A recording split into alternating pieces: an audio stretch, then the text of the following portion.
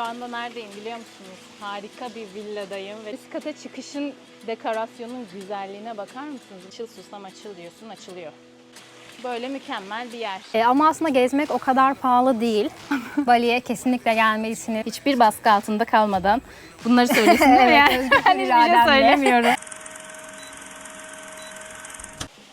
Herkese merhabalar arkadaşlar. Şu anda neredeyim biliyor musunuz? Harika bir villadayım ve şu an acayip heyecanlıyım. Çünkü ne zaman böyle bir villa tanıtımına gelsem çok heyecanlanıyorum. Her villa Bali'de çok farklı konseptlere sahip. Burayı zaten gördüğünüzde eminim bayılacaksınız. Çünkü ben şu an inanamıyorum. Müthiş bir yer yapmışlar adamlar. Bambu villa zaten burası. Şimdi detaylı bir şekilde size içeriği gezdireceğim. Bakalım beğenecek misiniz? Başlıyoruz. Şimdi burası gördüğünüz gibi dinlenme alanının, havuzun olduğu yer. Size anlatmama gerek yok herhalde şu manzarayı. Hemen geliyoruz. Burada günlük tazelenen meyve tabağımız var. Her gün farklı meyveler geliyor. Burada buz kabımız var. Burası böyle yine dinlendiğiniz, anın tadını çıkardığınız alan. Şimdi efsaneyi gösteriyorum. Buradan böyle su akıyor arkadaşlar. Ve yukarısı yatak odası. Şöyle şuradan da göstereyim. Böyle cam, zaten yukarıya çıkacağız. Camla kaplamışlar. Ve ayrıyeten burası da bir yatak odası ve hamak var gördüğünüz gibi. Orada hamakta da yine manzaranın tadını çıkarabiliyorsunuz. Havuzu zaten görüyorsunuz. Anlatmaya gerek yok. Bir de şöyle göstereyim. Burada da yine güneşlenip dinlenebiliyorsunuz. Kahvenizi içebilirsiniz. Pirinç tarlalarını daha yakından görmek isterseniz. Hemen geçiyorum ve buraya geliyorum. Şöyle, burası da kahve alanı, daha doğrusu bar, mini bar alanı. Burada çaylar var şöyle tüplerde. Burada şeker var. Bu kokonat şekeri, Hindistan cevizi şekeri. Orijinal yani şey olarak, normal beyaz şeker değil. Burada da kapsüller var. Şu dizayn çok harika değil mi ya? Şunun güzelliğine bakın. Mükemmel. Burada da kahvenizi yapıyorsunuz. Bu ücretsiz. Buraya ait yani içinde. Burada yine böyle çay takımı, yani burada kahve fincanları falan var. Bunlar ücretli. İsterseniz bunlardan yiyip şuradaki fiyatlarla ödeyebilirsiniz. Fiyatları böyle. Burada mini bir kettle var. El feneri var. Bunlar dekorasyon. Burada da getirdikleri hoş geldin içkisi var. Burada da dolapta yine mini bar var. Hemen her yeri detaylı göstereceğim. Bura boşmuş. Burada kadehler, bardaklar var. Burada da çatal bıçak takımı var. Ve size mükemmel bir şey göstereceğim. İlk defa bir villada böyle plak seti, plak olduğunu görüyorum gerçekten. Bence harika, ince bir detay. Bu da Bluetooth hoparlör zaten. Şimdi buradan da odaya çıkacağız. Bakın üst kata çıkışın dekorasyonun güzelliğine bakar mısınız merdivenin? Hemen çıkıyoruz. Böyle. Buradan da delikler yapmışlar. Harika görünüyor. Şimdi bu ilk odamız. Yani bu odada gerçekten şu manzarada uyanmak istemez mi insan ya? Ömründe bir kere de olsa bence herkes bunu hak ediyor diye düşünüyorum. Yine burada bir kasa, burada terlikler, bornoz, askılık. Burada da bir televizyon var. Abi mükemmel. Gerçekten anlatmaya gerek yok, dedikleri bu olsa gerek. Ve burası da burası bu arada klimalı. Burası klimasız doğada, yani açık gördüğünüz gibi. Buradan da hamakta uzanarak böyle yine anın tadını çıkarabilirsiniz. Ayrıyeten suyun aktığı yer. Yani bunu nasıl yapmışlar ya? Mükemmel görünüyor gerçekten. Ve diğer yatakta böyle prenses yatağı. Böcekler girmesin diye böyle. Çünkü doğaya açık olduğu için açık havada bir sürü böcek gelebiliyor. Bu yatakta yine böyle. Belki çocuk yatağı yapabilirsiniz. Yani eğer çocuklu geliyorsanız düşünülebilir. Şimdi sizce buranın geceliği ne kadar? Aylık sizce ne kadardır burası yani? Bu arada tesiste bir de spor salonu var. Birazdan orayı da göstereceğim. Restoran kısmını falan. Bir de banyoya geçelim. Hemen orayı unuttuk. Burası da hemen banyoya geçtiğimiz alan ama şimdi şov yapacağım size. Bakın. Kapının güzelliğine bakar mısınız ya? Açıl susam açıl diyorsun, açılıyor. Aynen böyle. Abi şu olay beni bitiriyor gerçekten. Mükemmel. Burası banyo. Şöyle. İlk defa açık hava değil banyo, gerçekten şaşırtıcı. Hemen burası da tuvalet. Gördüğünüz gibi. Komple bambudan yapılmış. Görüyorsunuz zaten her yer. Böyle mükemmel bir yer. Şimdi spor salonu ve restorana da bakalım. Sonrasında da gidip birazcık turlayacağız. Ben bayıldım. Siz ne düşünüyorsunuz? Yorumlarınızı bekliyorum. Burası da yine bambudan. Gördüğünüz gibi. Ne biliyor musunuz? Evet, pardon. Spor salonu. Böyle. Şu anda boş, küçük bir spor salonu zaten. Böyle birkaç tane alet var. Bench masası var işte. Koşu bandı bir tane. Eliptik bir tane de bisiklet. Böyle bir yer.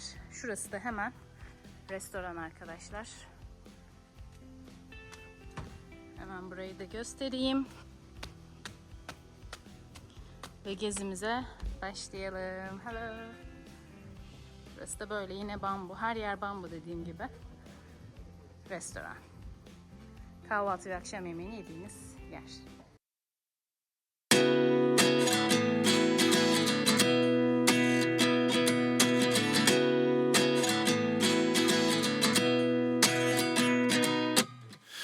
Ve hop dedik, direkt buraya Merhaba. düştük. Villadan sonra yanımda Sümeyye var. Sümeyye ile bugün tanıştık. Daha yeniyiz. Bir saat önce falan bir kafede oturduk aslında. Hoş geldin. Hoş buldum. Nasıl gidiyor Bali? Çok güzel gidiyor. Çok sevdim. Harika bir yer. Evet. Sanki başka bir dünyadan bir yermiş gibi. İlk defa geliyorsun değil mi? Evet, ilk defa geliyorum. Asya'da ilk defa bulunuyorum. Asya'da ilk defa Evet, bulunuyorsun. ilk Daha ülkem. önce Avrupa ya da Balkanlarda. biz çok az böyle sohbet ettik ama bu detayları tam girmemiştik. Buraya sakladık. Bu videoya sakladık sizin için.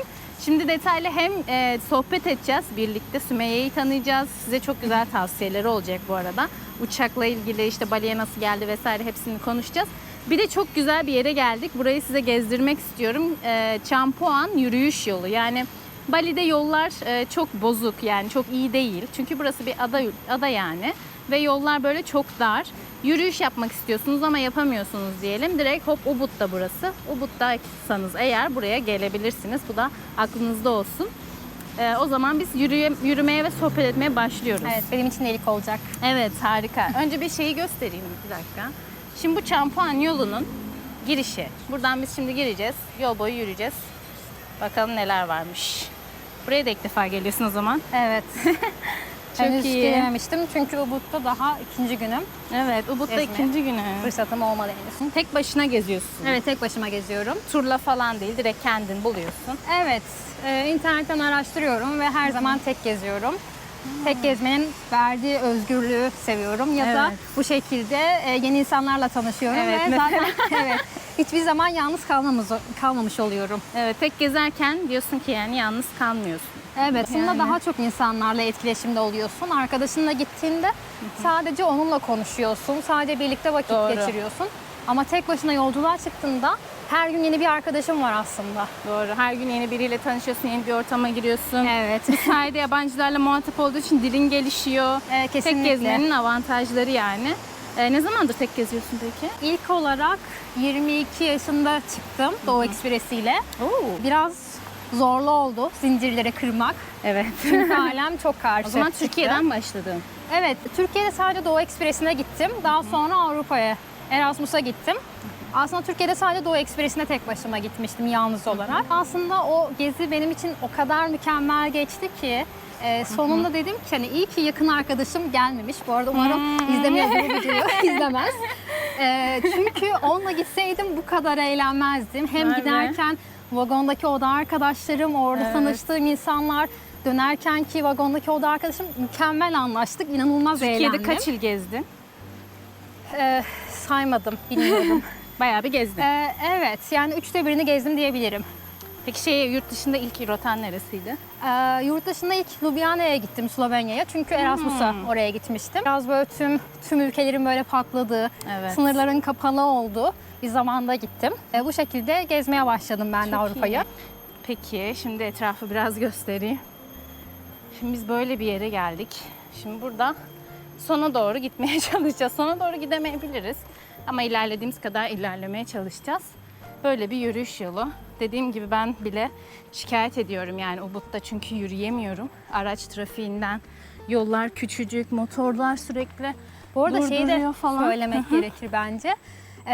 Kaldırım çok fazla yok. Evet, kaldırım yok. Olan yerlerde de kaldırımda böyle koca koca delikler var. Evet, çok Önüne tehlikeli. bakarak yürümen lazım. Telefona bakarak yürürsen Aynen. deliklerden birine düşebilirsin. Telefona bir daldınız mı mesela bitti yani, sakat kalıyorsunuz. Evet. Düşersiniz çünkü çok fazla boşluk falan var kaldırımlarda. Şu an yokuş çıkıyoruz. Evet. O yüzden yorulduk. Nefes nefeseyiz.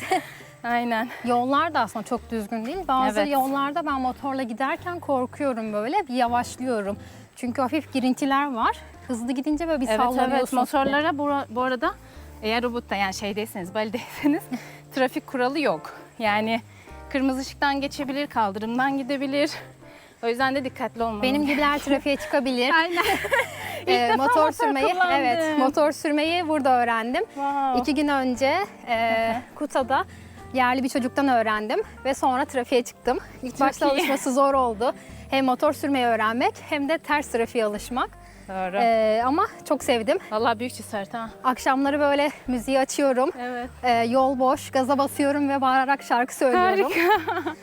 Biraz seni tanıyabilir miyiz mesela? Kaç yaşındasın? Ondan sonra nerelisin? Tabii. İstanbul'da yaşıyorum. Dün 26 oldum. Wow, happy Doğum birthday o zaman. Teşekkürler. Doğum gününü kutluyoruz buradan. Doğum kutlu günümü olsun. burada kutladım. Teşekkür ederim. En büyük Evet. hayallerimden bir tanesi Asya'ya gelmekti. Wow. Ve hep böyle Doğum gününde en büyük hayalini gerçekleştirdin. Evet. Çok iyi. hatta özellikle böyle doğum günüme getirmeye çalıştım. Ve gerçekten de denk geldi. Çok Ve iyi. çok güzel bir gündü. Hepimizin inşallah böyle güzel hayalleri gerçekleşir arkadaşlar. Yani şunu söylemek istiyorum.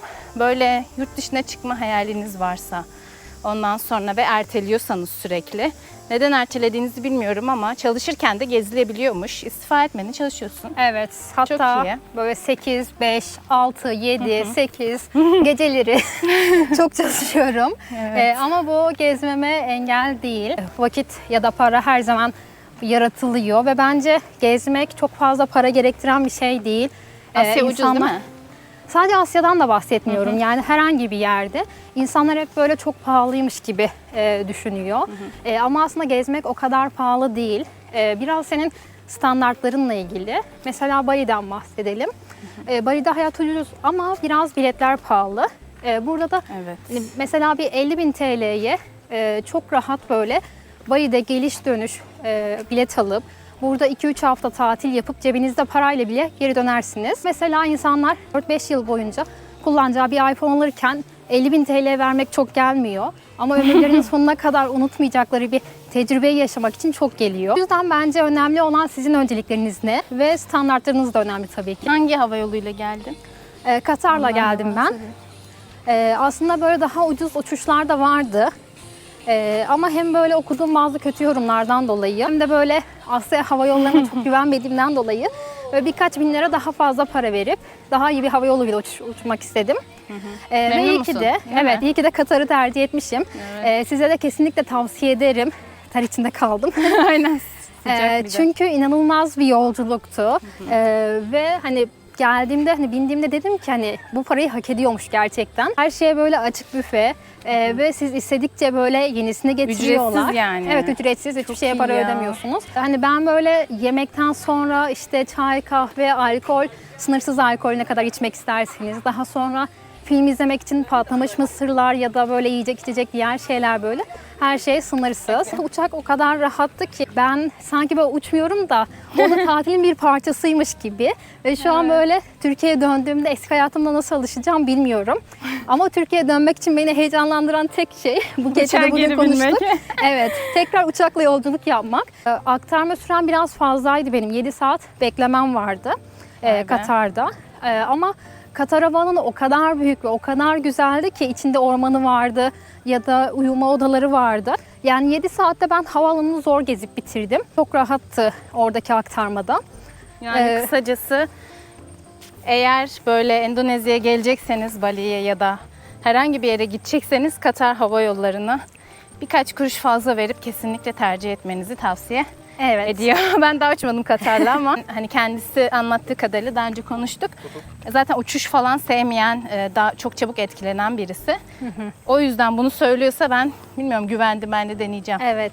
Bir de şu da var tabii ki. Şimdi bilet fiyatları çok değişken. Bunu sürekli takip etmeniz gerekiyor. Ben bir dönüş biletimi alabilmek için bir ay boyunca biletleri takip ettim. Çünkü aynı bilet bir gün böyle 30 bin lira, 40 bin lirayken bir gün 15 bin lira Doğru. olabiliyor. Sürekli takip etmek lazım. Bunu da hani Skyscanner üzerinden araştırabilirsiniz ya da Google Flight'tan araştırabilirsiniz. İyi misin? İyiyim. İyiyim. Okey, tamam.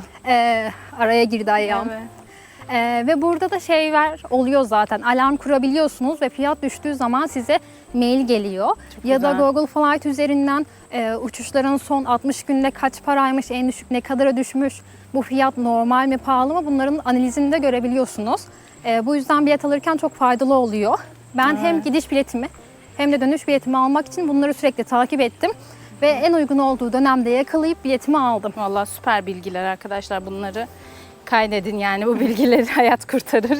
O kadar söyleyeyim. Şimdi ben size biraz burayı göstereyim. Gerçekten nasıl, beğendin mi? Çok güzel. Şuraya baksana, böyle bir yürüyüş yolu, sanki Heidi'nin şeyindeymişiz gibi, evine gidiyormuşuz gibi. Evet, sonunda çıkabilir. Evet. Bakalım neler göreceğiz daha. Gidiyoruz. Peki Bali'ye geldin. Daha önce zaten hiç gelmediğin bir yer. İlk defa geliyorsun. Evet.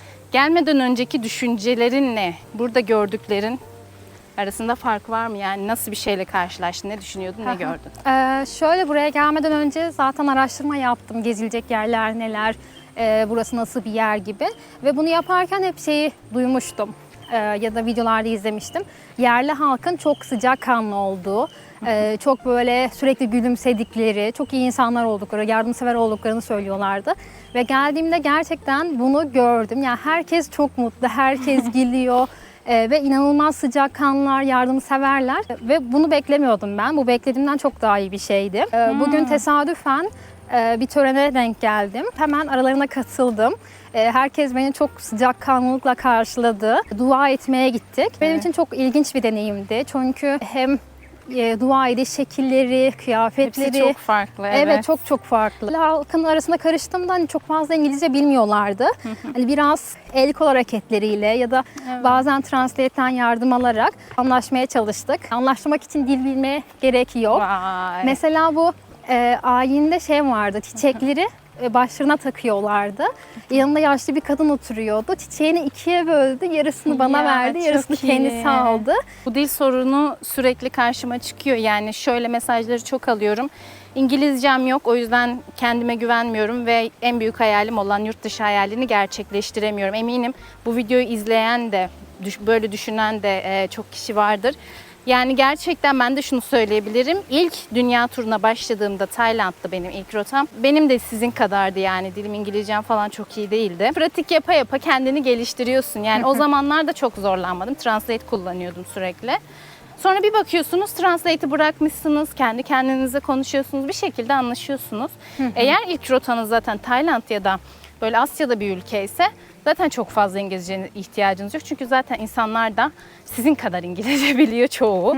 Bazı bölgeler çok iyi İngilizce konuşuyor ama sizi anlıyorlar. Şey gibi düşünün, hani bize gelen yabancılar şey diyor ya, ben istemek kahve. Evet. Hani onun gibi cümle kursanız yine anlaşılıyorsunuz. O yüzden bence dil konusunu bahane etmeyi bir an önce bırakmanız lazım. Evet. Ve yola çıkmanız lazım. Bence ilk olarak şey daha iyi olabilir belki. Bu dil konusunda endişelenen varsa Balkanlar. Çünkü mesela özellikle Üsküp'te çok fazla Türk var. Hatta Türk mahallesi Doğru. var.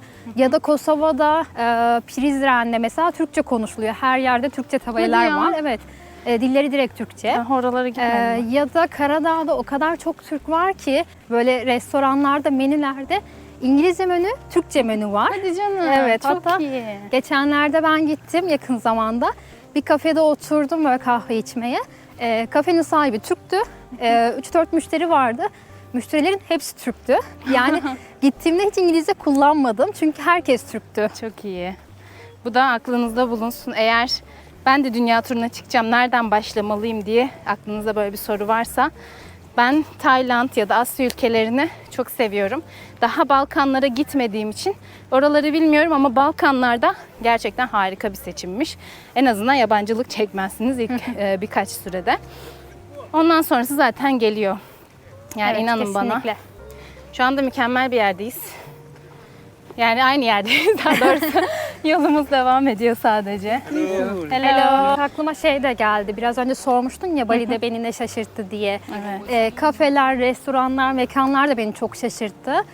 Çünkü nereye baksam o kadar iyi ki mesela internetten yemek yemek için bir restoran bakıyorum. Baktım tüm restoranların puanı çok iyi. Restorana gidiyorum. İçerisi, dizaynı, her şey mükemmel. Yani tuvaletleri bile bir sanat eseri neredeyse.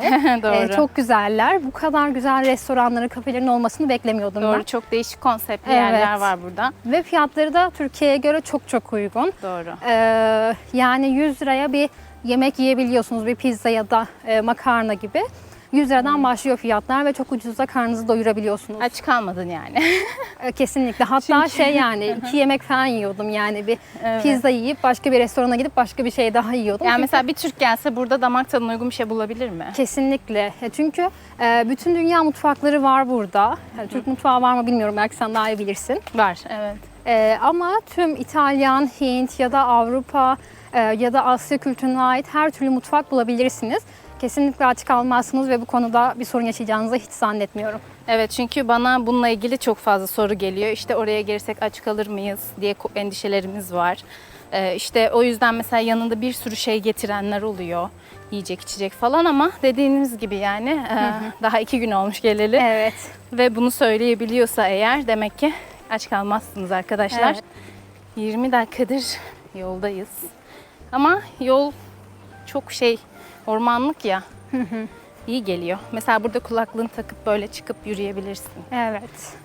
Bak Bali'de beni şaşırtan yer bir şeydi. Sıcak olduğunu biliyordum. Bali zaten böyle tropikal bir ada ve sadece muson yağmurların olduğu yağmurlu zaman ve kuru zaman var. Ve onun dışında her zaman sıcaktı yağmur yağsa bile. Ama bu kadar çok sıcak olduğunu hiç bilmiyordum ve düşünmemiştim. Gerçekten böyle güneş aşırı derecede yakıyor ve bunaltıcı bir sıcak Evet, oluyor. göster Özellikle tenini. Daha evet, 2 günde. inanılmaz Nasıl yandım. bir sıkı yanmadır. Evet. Ve bunun dışında dikkatimi çeken diğer bir şey, mesela akşam çamaşır asıyoruz ve hava çok sıcak ama sabaha çamaşırlar kurumuyor. Hala ıslak, nemli kalmış oluyor. Çünkü Nem hava var. o kadar çok nemli ki Evet. ıslak bir şey kurumuyor. Ne Bu senin kaçıncı konuşabiliriz? ülken? Bu benim 11. ülkem. Aynen. Bakalım daha neler olacak. Şu anda Evet. düzenli bir hayata geçtim burada. Böyle 5-6 aydır yaklaşık çalışmaya başladım. Çünkü artık bir süper. işe ihtiyacım vardı. Param bitti, daha doğrusu bitmek üzereydi. Evet. Şimdi bir tur akademisiyle birlikte, tur ajansıyla birlikte geziler düzenliyoruz. Bali'ye 6 Nisan'da turumuz var. Sonraki durak Tayland, 4-11 Mayıs'ta Tayland turumuz var. Ondan sonraki durak yine Bali. Artık Haziran'dan Eylül'e kadar da her ay Bali'de turumuz olacak arkadaşlar. Katılmak isterseniz bana ulaşmanız yeterli zaten. Bence Instagram'dan falan. Bali'ye kesinlikle gelmelisiniz. Bu güzelliği, bu doğayı, bu tecrübeyi kaçırmamalısınız. Hiçbir baskı altında kalmadan bunları söylesin değil mi? Evet, Yani özgür ben hiçbir şey irademle. söylemiyorum. Gerçekten zaten daha bugün tanıştık, görüştük. Evet. Yani baskı yapamam, bunları söyle, bunları söyle diye. Öyle bir şey yok zaten. Şimdi biz yolun sonuna geldik. gerçekten Selamant mi? Datang diyor.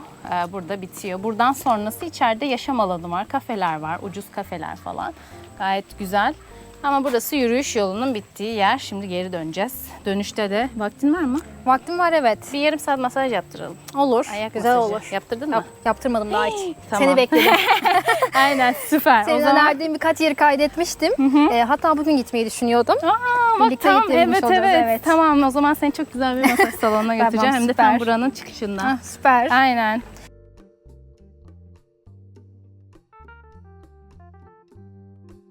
Nasıldı yolculuk? Yürüyüş Çok yolu. güzeldi. Sadece çıkmak biraz sıcaktı, zorluydu. Evet. Ama çok güzel bir yoldu. Doğanın içerisinde yemyeşil. Evet, bol sohbetli. Evet. Nasıl Bu arada geçtiğini anlamadım. aynen buraya gelecekseniz eğer saat böyle 4-5 gibi, tam bu saatlerde, biz şu an 4 olmuş. Gelirseniz çok daha iyi olur. En azından güneşe yakalanmazsınız. Yoksa Tarkan içinde kalıyorsunuz. For Evet. your info. Bence öğlenleri burada pek dışarı çıkmamak Aynen lazım. öyle. Böyle havuz keyfi zamanı öğlenleri. Kesinlikle. Öğlen havuz keyfi. Öğleden sonra böyle 4 gibi artık dışarı çıkabilirsiniz. 3-4 gibi. Çünkü gerçekten çok sıcak. Buraya kadar izlediğiniz için hepinize çok teşekkür ediyorum arkadaşlar. Videonun kapanışını yapmıştık Sümeyye ile birlikte ama mikrofonu açmayı unutmuşuz. O yüzden çöp oldu maalesef. Bu şekilde bir kapanış yapmak istedim sizlere. Çok teşekkür ediyorum. Hazır buraya kadar izlemişken ve gerçekten faydalı olduğunu düşünüyorsanız bilgilerin beğenirseniz böyle bir ya da yorum yaparsanız çok sevinirim. Bu arada yorumların hepsine cevap vermeye çalışıyorum. Bütün sorularınıza diyeyim. O yüzden de istediğiniz soruyu videonun içerisinde yanıtlamadığım soruları sorabilirsiniz. Kendinize çok iyi bakın. Hoşçakalın.